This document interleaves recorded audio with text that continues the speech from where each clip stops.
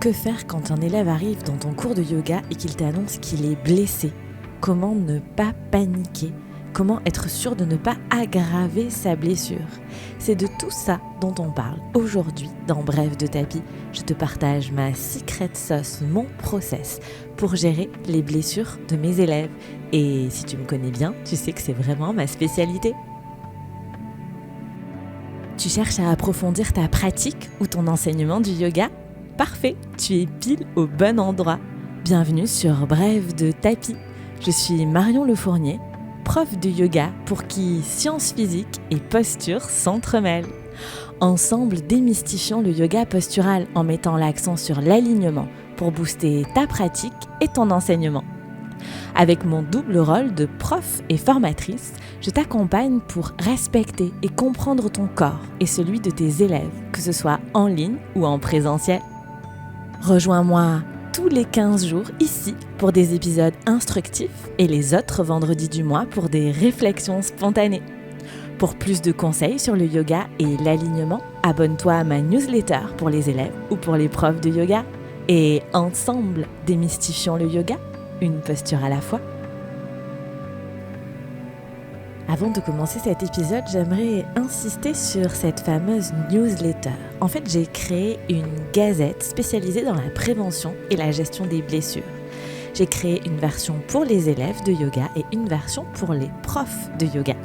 Donc si tu es intéressé par la prévention et la gestion des blessures, il ne te reste qu'à t'abonner à la Gazette de l'Alchimie des Corps. Il y a une édition par mois pour la version prof, une édition par mois pour la version élève et c'est complètement gratuit. Je te laisse les liens dans les notes de l'épisode ou sous la vidéo pour t'abonner à Ligne de Yoga, la Gazette de l'Alchimie des Corps. Ceci étant dit, j'aimerais donc commencer à te partager tout de suite mon process pour gérer les blessures des élèves en yoga. Et j'aimerais commencer par ce qu'il ne faut pas faire de mon point de vue et qui est très souvent fait dans le monde du yoga, surtout quand on ne sait pas trop quoi faire pour gérer les blessures des élèves. Avant ça, j'aimerais juste te préciser qu'est-ce que j'entends par gérer les blessures d'un élève. Gérer les blessures d'un élève en yoga, c'est être sûr que l'élève va faire sa pratique de yoga, va faire ton cours de yoga sans relancer par exemple cette tendinite à l'épaule. C'est être capable de lui donner des conseils utiles qui lui permettent de faire du yoga malgré une blessure et sans aggraver la blessure. C'est vraiment comme ça que j'entends la gestion des blessures en yoga et c'est ce que je fais au quotidien dans mes cours de yoga à Albi, sur Zoom et sur mes plateformes de cours de yoga en ligne. Donc souvent, le premier réflexe qu'on a quand un élève arrive dans un cours en présentiel ou sur Zoom et qu'il nous dit qu'aujourd'hui il a une tendinite à l'épaule, le réflexe du prof de yoga, c'est de refaire sa séquence de yoga. On fait souvent ça en 2 minutes et demie avant le cours, ce qui du coup nous met bien en stress et la seule chose qu'on fait, c'est enlever les postures qui risquent de trop solliciter, par exemple l'épaule, si je reste sur le cas de ma tendinite à l'épaule.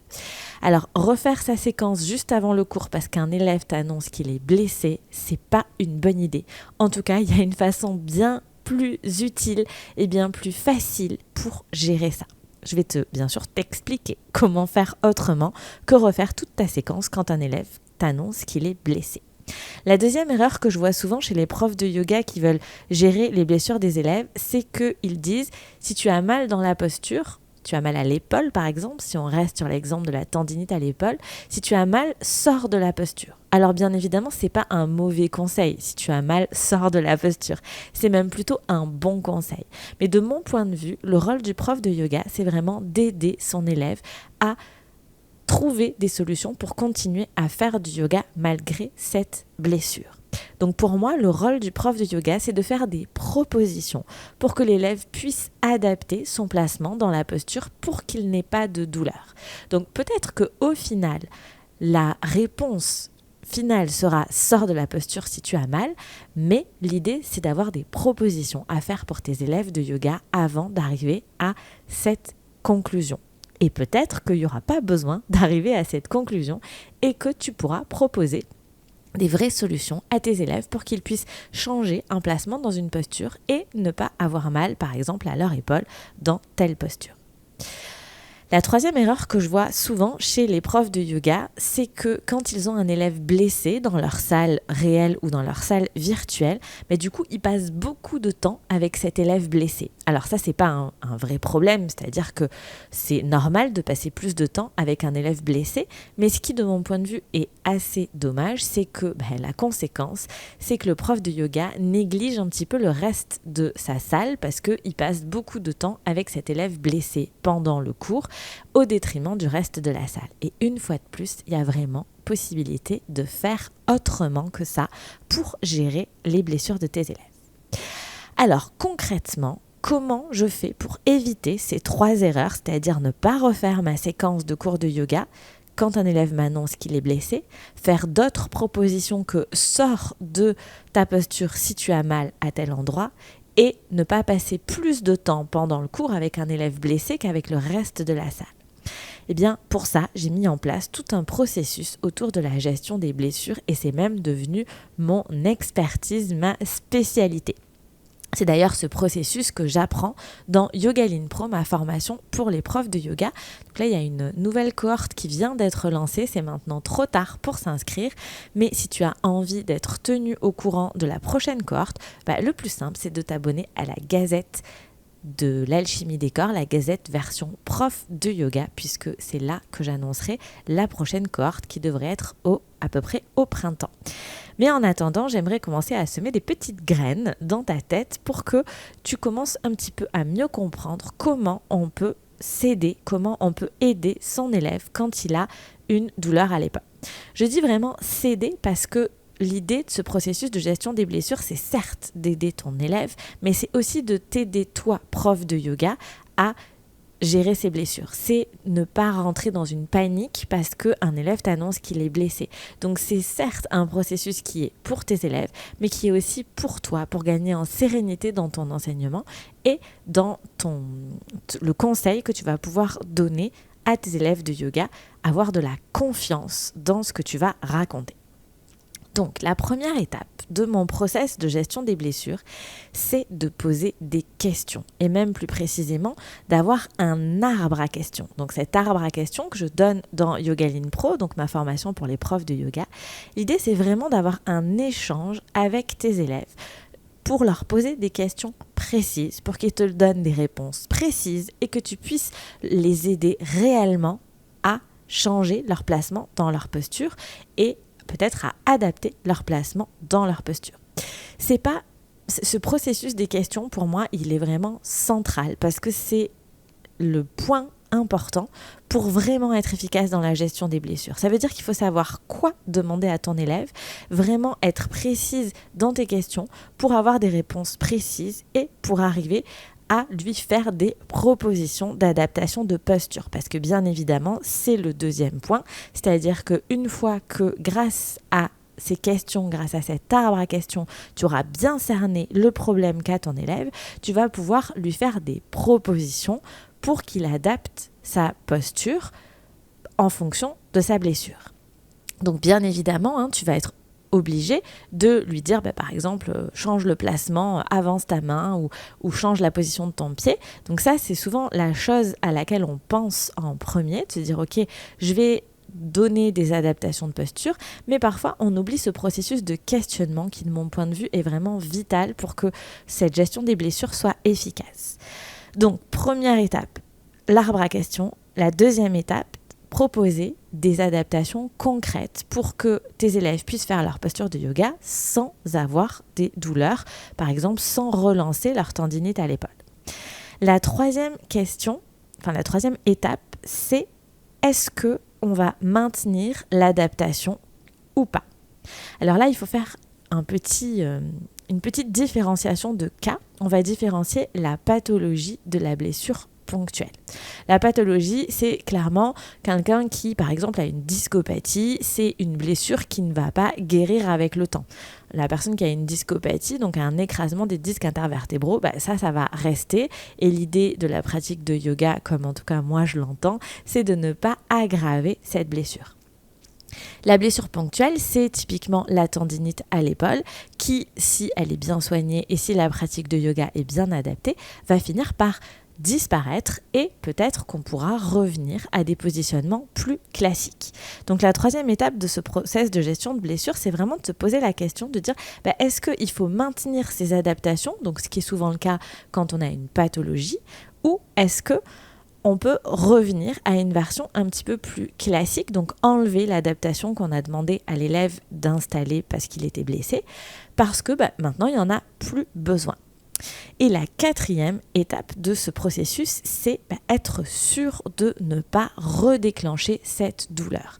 Donc c'est être sûr de, par exemple, ne pas aggraver la discopathie ou bien de ne pas relancer cette tendinite à l'épaule. Et donc là, pour être sûr de ne pas redéclencher une douleur, on passe sur ma deuxième spécialité parce que vous comprenez qu'elles sont liées l'une à l'autre, c'est ce que j'appelle la prévention des blessures. Comment je suis sûre que je ne vais pas déclencher des blessures chez mon élève pendant sa pratique de yoga. Et à nouveau, il y a plusieurs étapes dans ce process de prévention des blessures. Donc la première étape à laquelle on pense tout le temps, ou beaucoup en tout cas, c'est l'aspect postural, c'est-à-dire d'être capable d'identifier les zones à risque, par exemple, dans une posture de yoga et d'être capable d'expliquer qu'il vaut mieux se placer comme ci ou comme ça si on ne veut pas créer de douleur, par exemple, en bas du dos sur le long terme. Ou bien qu'on va adapter la posture comme ci ou comme ça pour être sûr de ne pas déclencher, par exemple, une douleur à l'épaule sur le long terme. Donc la première étape de ce processus de prévention, cette fois-ci des blessures, c'est bien sûr proposer dans l'aspect postural, dans l'enseignement postural du yoga, des explications concrètes pour être sûr que notre élève ne va pas se blesser en lui disant « place-toi comme ci ou comme ça ». Ça, c'est en général l'étape assez évidente, mais de mon point de vue, il y a d'autres étapes qui sont hyper importantes. La deuxième étape hyper importante, c'est la précision des consignes verbales. Parce que tu peux être le champion du monde de la prévention des blessures, c'est-à-dire savoir parfaitement qu'est-ce qu'il faut faire pour que tes élèves ne se blessent pas. Si tu n'es pas capable de l'exprimer clairement, eh bien, tes élèves risqueront de se blesser. Et ça, pour moi, c'est souvent un aspect qui est négligé dans l'enseignement du yoga. C'est hyper important d'avoir des consignes verbales très précises. Et ça, c'est vraiment quelque chose qu'on me fait remonter sur ma chaîne YouTube et sur ma plateforme de cours de yoga en ligne depuis des années. Parce que si tu le sais pas, ça fait un peu plus de 8 ans maintenant que j'enseigne le yoga. Donc j'ai un peu de bouteille. Et tout le monde me dit toujours « Ah, mais t'es hyper précise dans tes consignes verbales, on peut faire tes vidéos les yeux fermés, on est sûr de bien comprendre ce que tu nous demandes. » Et du coup, tes élèves se sentent en sécurité. Mes élèves se sentent en sécurité parce que mes consignes verbales sont hyper précises. Et donc, pour moi, ça fait vraiment partie intégrante de ce process de gestion, de prévention des blessures. Donc, l'aspect postural, qu'est-ce que je leur dis pour être sûr que... Alors, quel placement, je leur propose pour être sûr que les élèves ne vont pas se blesser dans leur posture et comment je leur dis, comment je m'exprime, quelles consignes verbales j'utilise pour décrire le placement dans la posture qui va permettre aux élèves de ne pas se blesser. Le troisième aspect dans ce process de prévention des blessures, c'est la gestion des différences de niveau. La gestion des différences de niveau, c'est souvent un vrai casse-tête pour les profs de yoga et ça, je le comprends tout à fait. Et pour moi, la gestion des différences de niveau, c'est certes être capable de dire à un débutant dans un triangle de mettre une brique en position haute, par exemple, sous sa main, et à un confirmé de mettre la main au sol s'il y arrive. Mais pour moi, c'est un petit peu plus que ça. Pareil, ça, le côté adaptation de posture en fonction du débutant et du confirmé, c'est quelque chose qui est assez connu. Et bien évidemment, c'est des choses que j'aborde dans les formations que je propose pour les profs de yoga et aussi dans l'enseignement, bien évidemment, que je donne aux élèves. Mais pour le côté prof de yoga, pour moi, si tu veux bien gérer tes différences de niveau, il faut absolument que tu fasses plus que ça. Il faut notamment que tu crées un écosystème entre tes cours de yoga pour que tes cours de yoga se répondent. Il faut que tu t'aides, une fois encore, pour avoir la place pour donner des consignes verbales précises aux débutants et aux confirmés, et donc faire de la place dans ton cours de yoga pour avoir le temps d'exprimer, de donner ces consignes verbales adaptées aux débutants et aux confirmés.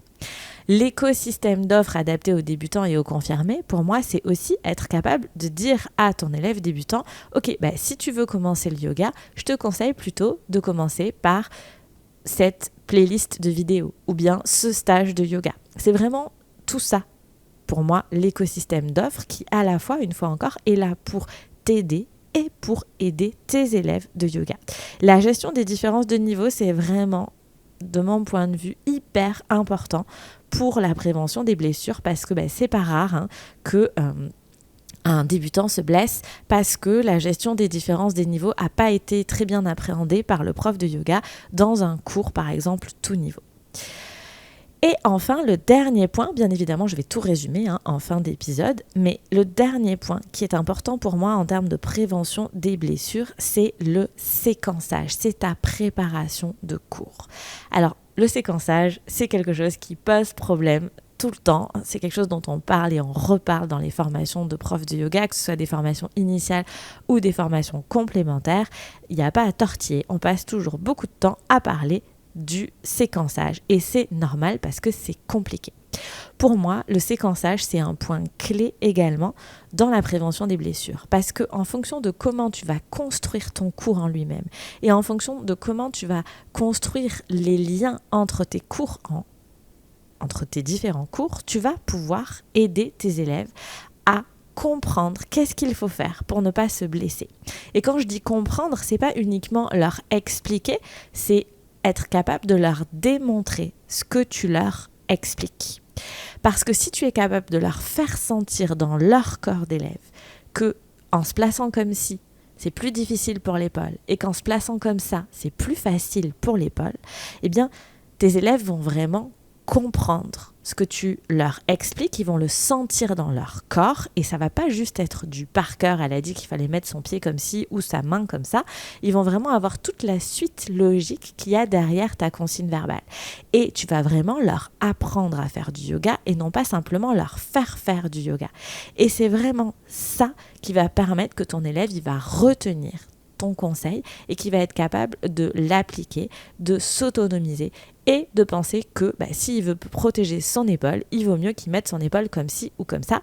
Et comme il aura compris, senti dans ton corps, dans son corps, il n'aura même pas forcément besoin que tu lui répètes à chaque fois. Et donc pour arriver à faire ça, pour arriver à faire ressentir à ton élève, à lui expliquer le pourquoi du comment, eh bien pour moi, il faut le faire avec un séquençage de cours intelligent. C'est vraiment de la pédagogie, d'apprentissage. C'est apprendre à tes élèves à faire du yoga et non pas leur faire du yoga. Donc tout ça, tout ce que je viens de te raconter, que j'ai résumé bien évidemment très rapidement, c'est ce que je fais au quotidien en termes de gestion et de prévention des blessures. Et tu as compris, j'espère, le lien qu'il y a pour moi entre ces deux aspects, c'est-à-dire que souvent, les élèves arrivent parce qu'ils ont besoin qu'on les aide à gérer leurs blessures. Par exemple, ils ont une tendinite à l'épaule et ils veulent qu'on continue, ils veulent qu'on les aide à continuer à faire du yoga.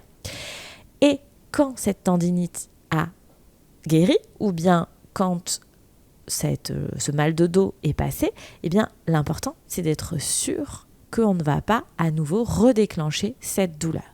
Et si on prend le cas des pathologies, bien évidemment c'est le côté gestion des blessures qui va primer, c'est-à-dire que les adaptations que tu vas proposer pour gérer les blessures vont peut-être être maintenues tout le temps et tu verras qu'il y a des gros points communs entre ce côté gestion des blessures et prévention des blessures. Donc, je viens de te résumer en quelques mots tout mon processus de prévention et de gestion des blessures et c'est normal si tu te dis que ça fait beaucoup parce que sache que Yogaline Pro, donc qui est ma formation principale pour les profs de yoga où je t'apprends tout ça, c'est une formation qui dure en tout 70 heures dans sa version complète. Donc autant te dire qu'il y a beaucoup de choses à dire autour de ça. Donc si je dois résumer mon processus de gestion des blessures. La première chose, c'est cet arbre à questions. Savoir poser des questions précises pour obtenir des réponses précises et savoir les poser dans un certain ordre. Pour ensuite, deuxième étape, proposer des adaptations des postures. Proposer de changer légèrement le placement dans une posture pour être sûr que la blessure n'est pas relancée par la pratique de yoga. Ensuite, il faudra décider si on maintient l'adaptation, donc dans le cas d'une pathologie, ou si on revient à une version plus classique de la posture dans le cas d'une blessure ponctuelle lorsqu'elle est bien évidemment guérie. Et c'est là qu'on bascule dans le processus de prévention des blessures où pour le coup on veut être sûr de ne pas blesser notre élève ou qu'il ne redéclenche pas par exemple cette tendinite à l'épaule, surtout si elle est apparue après sa pratique de yoga. Et dans ce cas-là, on a 4 étapes pour la prévention des blessures. C'est bien évidemment d'abord l'aspect postural, savoir identifier les zones à risque et savoir comment éviter les placements à risque qui vont créer des blessures. Mais c'est aussi être très précise dans ses consignes verbales pour être vraiment bien comprise par nos élèves. C'est être capable de gérer les différences de niveau efficacement. Donc pas simplement en disant mets une brique sous ta main en position haute ou en position basse en fonction de ton niveau. Pour moi, c'est un petit peu plus que ça, la gestion des niveaux.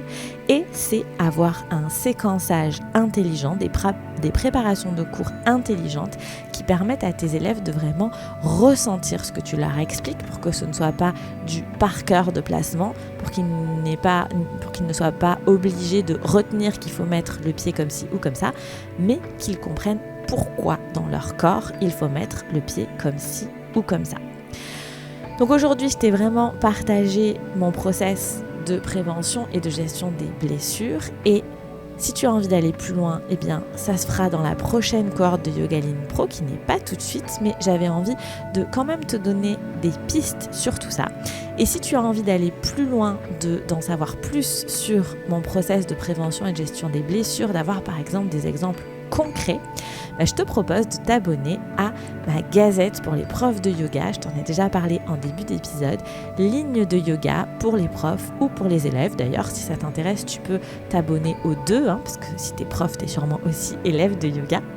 Et je t'écris une fois par mois, donc une version le premier mercredi du mois pour les profs, le 3e lundi du mois pour les élèves.